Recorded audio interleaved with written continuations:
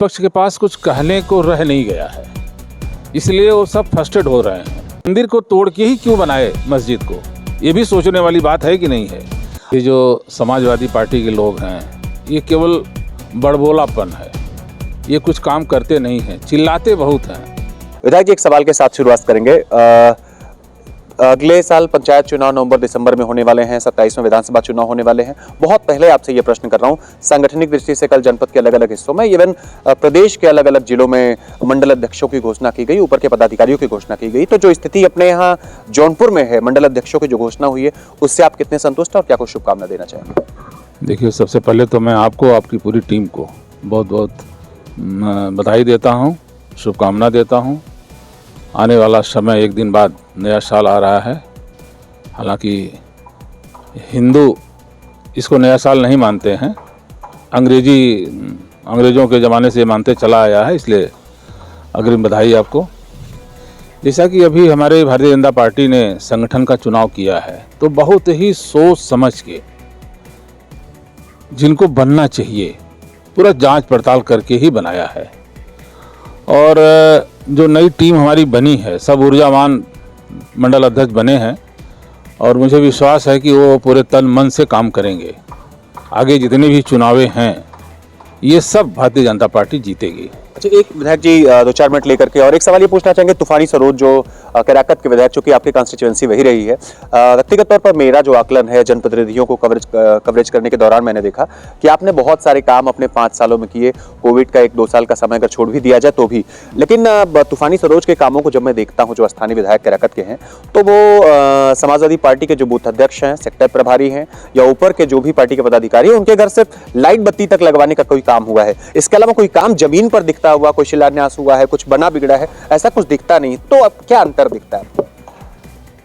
देखिए, ये जो समाजवादी पार्टी के लोग हैं, ये केवल बड़बोलापन है, ये कुछ काम करते नहीं हैं, चिल्लाते बहुत हैं कि हम ये करेंगे, हम वो करेंगे, हम वो करेंगे। जब करने का टाइम आएगा तो घर में बैठ जाते हैं।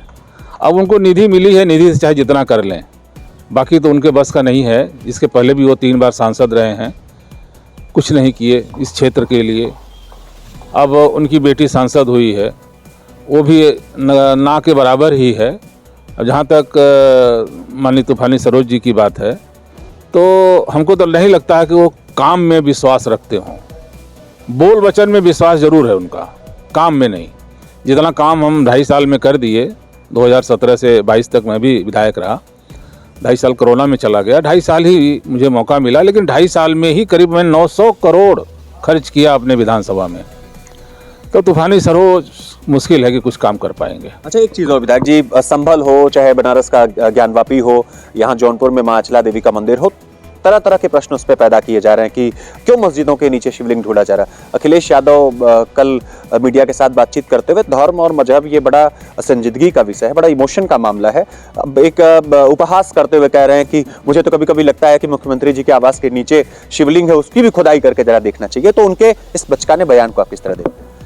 अब दरअसल क्या है, विपक्ष के पास कुछ कहने को रह नहीं गया है, इसलिए वो सब फ्रस्ट्रेट हो रहे हैं और सत्ता से दूर है और काफ़ी दिन तक दूर रहेंगे।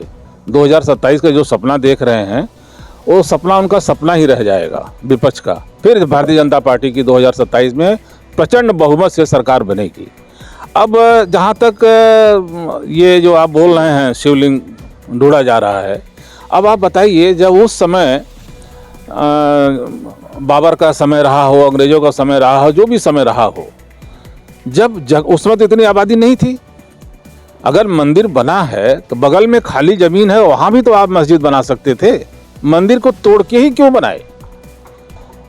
उस समय तो पूरा जगह खाली था ना, तो क्यों नहीं बनाए भाई? मंदिर को तोड़ के ही क्यों बनाए मस्जिद को? ये भी सोचने वाली बात है कि नहीं है। अब जहाँ जहाँ पे मंदिर का वो मूर्ति मिल रहा है, अवशेष मिल रहा है, तो भारतीय जनता पार्टी हिंदुत्व की पार्टी है। अब अखिलेश जी तो उस मुख्यमंत्री आवास में रह चुके हैं, उस समय उनको आभास नहीं हुआ कि यहाँ पे शिवलिंग मिलेगा। हाँ, आज उनको आभास हो रहा है कि यहाँ शिवलिंग मिलेगा। पहले भी तो आप सोच सकते थे। इसलिए मैं कह रहा हूँ कि इसलिए मैं आपसे कह रहा हूं कि वो लोग के पास अब कुछ कहने के लिए कोई मुद्दा नहीं रह गया है। अनाप शनाप केवल अपना विचार रख रहे हैं। लास्टली, बहुत लास्टली, संघ के जितने भी वरिष्ठ पदाधिकारी हैं तो आपका संपर्क बड़ा अच्छा है। डेहरी केराकत आपके जो कॉन्स्टिट्यूएंसी है, गांव है, वहाँ बहुत सारे मुसलमान ऐसे हैं जो अपने नाम के साथ दूबे लगा रहे हैं, वो अपने नाम के साथ मिश्रा लगा रहे हैं। तो आपका प्रयास पर्दे के पीछे से बड़ा सफल हो रहा है। तो ये जो परिवर्तन हो रहा है, ये जो नामों में बदलाव दिख रहा है, इसको आप किस तरह से देखते हैं? देखिए क्या है, जब मैं 2017 में विधायक बना तो हमारे पार्टी का नारा है सबका साथ, सबका विकास, सबका विश्वास। मैं सबका काम किया, मैं कभी भेदभाव नहीं किया, ना ही मेरी पार्टी कोई भेदभाव करती है। जितनी योजनाएं आती है उसका लाभ सब लेते हैं। जब उन्होंने देखा कि विधायक जी के अंदर जाति पात नहीं है, धर्म के विरोध में नहीं है, सबका काम कर रहे हैं, तो वो लोग स्वतः मेरे पास आए। जो जो काम बोले मैं करते गया, तो उनका विश्वास जगते गया। और केराकत विधानसभा उत्तर प्रदेश में ये पहला विधानसभा है जो मंच पे बुर्का पहन के बीजेपी का पट्टा स्वतः पहनी है। हमारे माननीय क्षेत्रीय अध्यक्ष श्रीवास्तव जी आए थे साथ में, और क्षेत्र के काफ़ी सम्मानित लोग भी थे। बुर्का पहन के पूरे देश में कोई महिला बीजेपी का पट्टा नहीं पहनी है। तो उनका लगाव बढ़ते गया। उनके अंदर जो एक भ्रम सपा और बसपा के द्वारा डाला गया था कि भाजपा विरोधी, भाजपा विरोधी, भाजपा विरोधी किसी का नहीं है। भाजपा तो सबका सम्मान करती है, जो भी आता है सबका सम्मान करती है। तो मैं भी सबका सम्मान करता हूँ। और आज डेहरी जो गांव है, अब वो लोग पुराने उसमें जा रहे हैं, तो कोई पंडित, कोई पांडे, कोई तिवारी करके आ रहा है ना। आज सब एकदम भगवामय हो गए हैं, पूरे डेहरी, बंजारेपुर, मुर्की, सारे लोग। 30 सेकंड विधायक जी, बहुत लास्ट में आपसे पूछना चाहूंगा। बहुत सारे जनप्रतिनिधियों को हमने देखा है कि जब तक सत्ता रहती है तब तक आम जनता से सरोकार रखते हैं, लेकिन जब सत्ता से बाहर होते हैं, पद नहीं रहता, तो फिर आम जनता से मिलना जुलना नहीं होता। लेकिन इकलौता विधायक मैंने जौनपुर में आपको देखा है, केराकत जो आपकी विधानसभा रही है, कि 22 तक आप विधायक रहे, 17 से 22 में चुनाव में परिणाम अपेक्षित नहीं है। उसके बावजूद भी सोशल मीडिया के माध्यम से देखने को मिलता है कि समाज की चिंता करते हैं, समाज के सुख दुख में शामिल होते हैं। तो ये व्यक्तिगत तौर पर प्रेरणा आपको कहाँ से मिलती है? देखिए, मेरा जो परिवार है, ये पूर्वजों को कह लीजिए, हमको सेवा भाव विरासत में मिला है। मेरे दादा आजीवन ग्राम प्रधान रहे, पिताजी अच्छे वकील रहे, 1995 में जलालपुर के ब्लॉक प्रमुख भी रहे। उन्होंने भी अच्छा काम किया, एक सिंगल दाग नहीं लगा। आज हमारी ये पीढ़ी आई है जो मुझे अवसर मिला है सेवा करने का, तो एक भाव है सेवा करने का। मैंने विधायकी को या राजनीति को व्यवसाय नहीं बनाया, एक सेवा भाव मन में ठाना हूं कि जो बचा हुआ समय मेरा है ये समाज के लिए है। अब मैं पूरी तरह समर्पित हूँ समाज के लिए, इसलिए मैं रात दिन चलता हूँ। मैं कभी घर में नहीं रहता, दोपहर तक मैं घर पे रहता हूँ।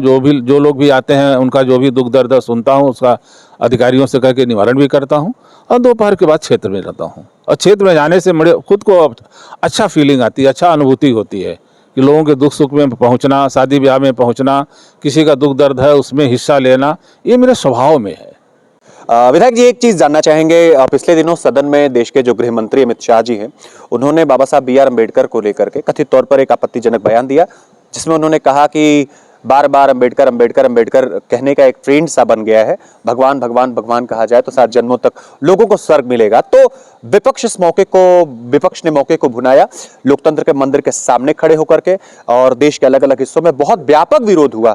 और विपक्ष ये कह रहा था कि भारतीय जनता पार्टी दलित विरोधी है, भारतीय जनता पार्टी अम्बेडकर विरोधी है, भारतीय जनता पार्टी संविधान विरोधी है। आपसे व्यक्तिगत तौर पर जानना चाहूंगा, इस बयान को आप किस तरह देखते हैं, और विपक्ष की ये जो कूटनीति है इसको आप किस तरह देखते हैं? देखिए, बाबा साहब भीमराव अम्बेडकर का सम्मान ये विपक्ष ने तो कभी किया है और न करेगा। ये जब चुनाव आता है तब खाली ये बाबा साहब का नाम लेते हैं, इसके पहले नाम क्यों नहीं लेते? बाबा साहब भीमराव अम्बेडकर को सम्मान कौन किया? भारत रत्न से पुरस्कृत कौन किया? बाबा साहब इतने सम्मानित आदमी थे, इंदिरा गांधी को भारत रत्न से पुरस्कृत कर दिए, जवाहरलाल नेहरू को भारत रत्न से पुरस्कृत कर दिए, तो बाबा साहब को क्यों नहीं किए भाई? बाबा साहब तो संविधान के रचयिता थे। अच्छा, क्यों नहीं किए इनको? पंचतीर्थ भी भारतीय जनता पार्टी ने बनवाया, जो उनके जन्म स्थल हैं, जहां पे वो बैरिस्टर की पढ़ाई की, वो भी काम भाजपा ने बड़ा अच्छा किया। ये भाजपा ही कर सकती है, ये विरोधी और विपक्ष कभी नहीं कर सकते, उनके सोच में नहीं है, वो कर ही नहीं सकते। बाबा साहब जहाँ पढ़े थे, ये पंचतत्व में ये केवल भारतीय जनता पार्टी ही कर सकती है, और ये कुछ नहीं कर सकते। जब चुनाव आएगा तब संविधान संविधान संविधान। मैं अपने भाइयों से कहना चाहता हूँ कि बाबा साहब अम्बेडकर के बारे में पूरा जाने। पहले बाबा साहब के लिए कौन क्या किया, बहुत से पढ़े लिखे बुद्धिजीवी लोग हैं, उसको पढ़ें, इनके बहकावे में न आए। ये लोग तो अनाप शनाप खाली, इनके पास बोलने के लिए कुछ नहीं है तो अनाप शनाप खाली बोलेंगे। बाबा साहब अम्बेडकर को उस समय भारत रत्न से पुरस्कृत क्यों नहीं किया गया, ये तो सोचें। ये जो हमारे भाई बंधु दिन रात उनके बहकावे में कुछ लोग आ जा रहे हैं, इनको आने की जरूरत नहीं है, वो सोचें। जब चुनाव आएगा तो ये कांख में किताब लेके संविधान संविधान संविधान करेंगे, लेकिन उनके बारे में, उनके लिए कौन क्या किया, ये भी तो सोचने की बात है। ये केवल भारतीय जनता पार्टी ही कर सकती है। ये जो अखिलेश भैया संविधान संविधान कह रहे हैं, इन्हीं की सरकार में बहन मायावती को गेस्ट हाउस में बेइज्जत किया गया था। ये भी हम सबको सोचने की ज़रूरत है। इन्हीं की सरकार में बहन मायावती को बेइज्जत किया गया था। वो किस संविधान में लिखा गया था बेइज्जत करने का? अगर ये संविधान की बात करते हैं तो ये किस संविधान में लिखा गया है कि एक मुख्यमंत्री को आप गेस्ट हाउस में बंद करके बेइज्जत करो, एक महिला को बेइज्जत करो? तो इनके बहकावे में हम अपने भाइयों से भी निवेदन कर रहे हैं कि उनके बारे में थोड़ा विचार करें, फिर उनके संविधान पे जाएं। एक 30 सेकंड और। आज सुबह सोशल मीडिया पर अखिलेश यादव की एक पोस्ट आई है कि यूपी में बेरोजगारी का आलम बिल्कुल चरम पर है। आज यूपी के बहुत सारे युवा बेरोजगार होकर के दूसरे राज्यों में चले जा रहे हैं। तो जब तक ये थे तब तक तो समझ में नहीं है काम इन्होंने क्या किया, अब सरकार की आलोचना कर रहे हैं, क्या कहेंगे? नहीं, अभी देखिए बहुत से लोग हम तो देख रहे हैं ना, बम्बई जाने वाले, दिल्ली जाने वाले छोड़ दिए कि हमको तो यहीं रोजगार मिल रहा है, हम बम्बई और दिल्ली क्यों जाएं। काफ़ी लोग यहाँ रुक के अपना व्यवसाय कर रहे हैं भारतीय जनता पार्टी के सरकार में। और आज हमारा उत्तर प्रदेश कितना खुशहाल है। बाबा योगी आदित्यनाथ जी के नेतृत्व में पूरा प्रदेश मेरा खुशहाल है। अभी जितने क्राइम होते थे, आज क्राइम हो रहे हैं क्या? नहीं हो रहे हैं ना। पर इनकी सरकार में आए दिन कर्फ्यू लगे रहते थे। बनारस देख लीजिए, मदनपुरा में आए दिन कर्फ्यू लगे रहते थे, जगह जगह आए दिन कर्फ्यू लगे रहते थे। आज जब से हमारी सरकार बनी है 2017 से, कहीं आप सुने कर्फ्यू लगा हुआ है, कहीं दंगा हुआ है? तो ये केवल अखिलेश सरकार में, सपा की सरकार में ही हो सकता है, भाजपा की सरकार में नहीं हो सकता। तो आपने देखा कि मेरे साथ बातचीत करने के लिए कराकत के पूर्व विधायक दिनेश चौधरी जी थे। नमस्कार।